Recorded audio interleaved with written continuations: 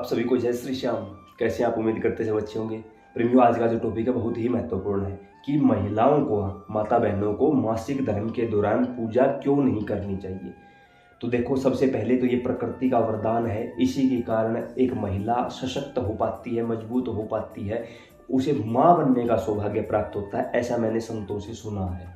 ठीक है, अब कोई भी माता बहन इस बात को गलत तरीके से ना लेकर जाए। मैं आप लोगों के सामने दो ऐसे उदाहरण पेश करूंगा जो मेरी जिंदगी की वास्तविक घटना है, वास्तविक अनुभव है। उसके आधार पर आप लोग आगे देखना कि करनी चाहिए या ना करनी चाहिए। मैं किसी के ऊपर कोई पाबंदी नहीं लगा रहा हूँ, किसी को आदेश नहीं दे रहा हूँ।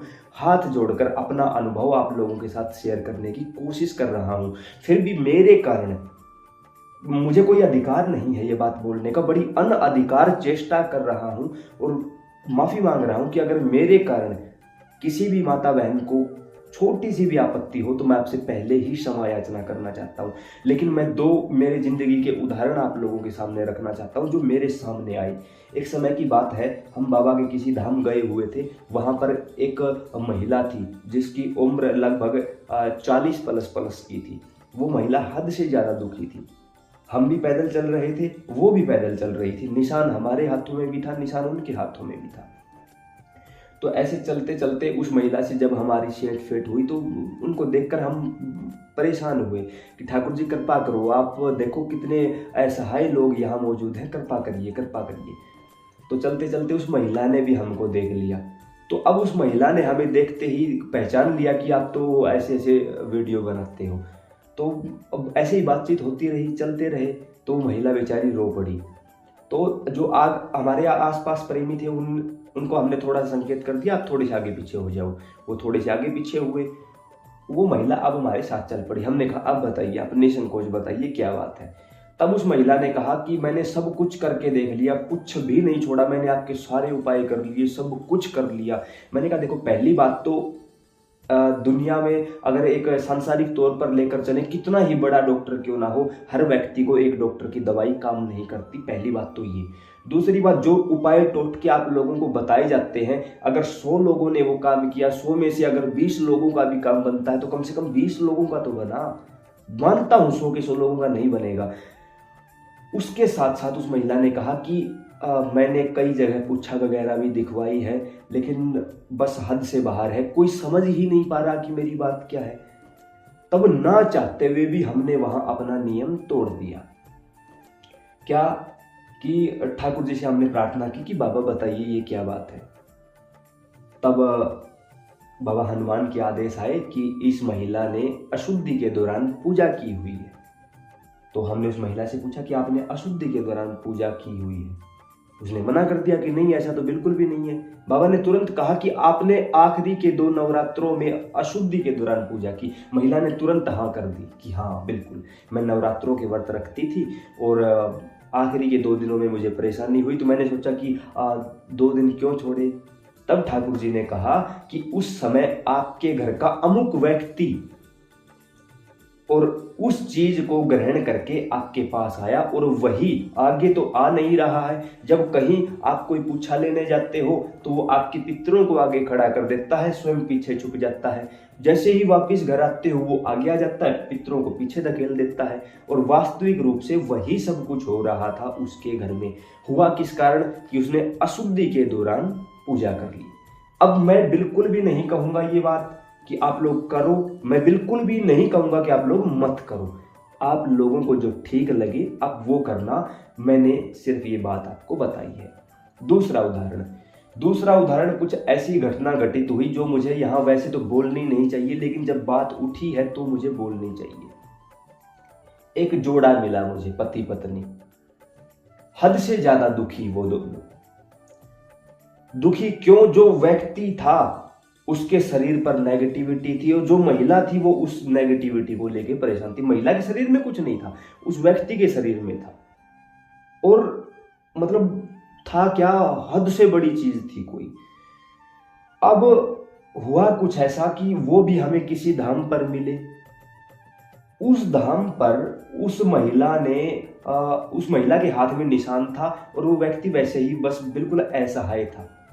उन लोगों ने भी दूर से पहचान लिया, बातें करते करते साथ चल पड़े। तो उस व्यक्ति ने बताया कि मैं उत्तर प्रदेश पुलिस में हूँ, प्रशासन में ड्यूटी लगी हुई है और अब छुट्टी लेके आया हूँ, लेकिन हद से ज़्यादा परेशान हूँ।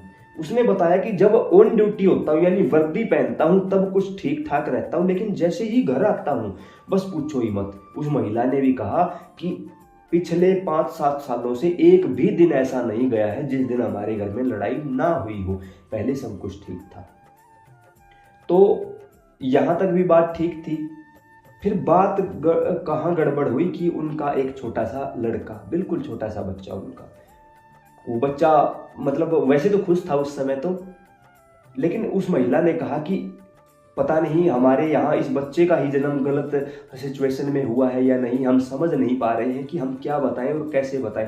उन लोगों ने आगे जो बात कही ना, वो मुझे थोड़ा सा लगी कि हाँ इनकी सहायता करनी चाहिए। वो बात तो मैं नहीं बताऊंगा, फिर तो हर कोई मिलने वाला मुझे वही बात बोलने लगेगा ना। मैंने पहले वाली महिला की बात बताई, ठीक है, क्योंकि मुझे पता है उस समय जो भाव जागृत होगा करने वाला वो है, वो अपने आप करवा लेगा जिसका भी करवाना होगा। मैं कोई पूछा नहीं देता, कोई दरबार नहीं लगाता, किसी के घर नहीं जाता, किसी को अपने घर आने की अनुमति नहीं देता। अगर गलती से भी भाई कोई मेरा जानकार या कोई वैसे मुझे देख रहा हो तो मैं माफी चाहूंगा। देखो हाथ जोड़ रहा हूँ, हाथ जोड़ रहा हूँ, इसके पीछे कोई तो रीजन होगा, तो कोई घमंड ना समझे इस बात को, बस हाथ जोड़ रहा हूँ भाई, मैं बचना चाहता हूँ इन सब चीजों से।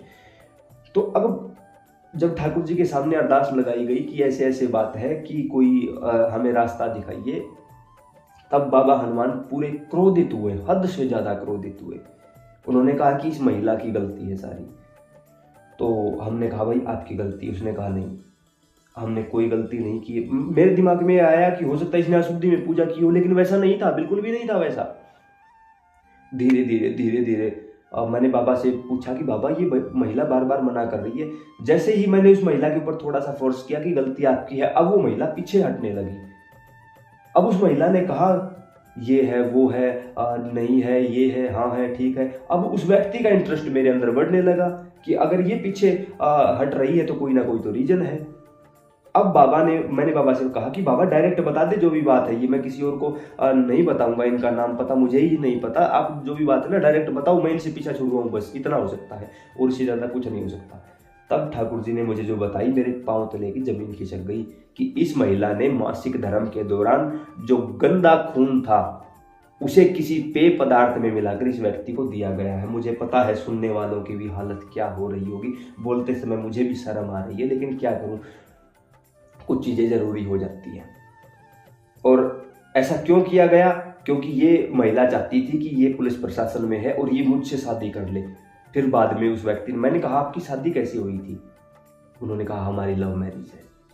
ये बात मैंने उन लोगों को नहीं बताई, बस अपने तक सीमित रखी कि नहीं बतानी नहीं है। मैंने कहा ठाकुर जी अभी इनका कोई इलाज हो सकता है तो बताओ। फिर ठाकुर जी ने उनका कोई इलाज भी बताया, वो तो मैं आपको यहाँ नहीं बताऊंगा, वो ठाकुर जी ने बताया उनको। लेकिन ये 2 उदाहरण मेरे सामने आए।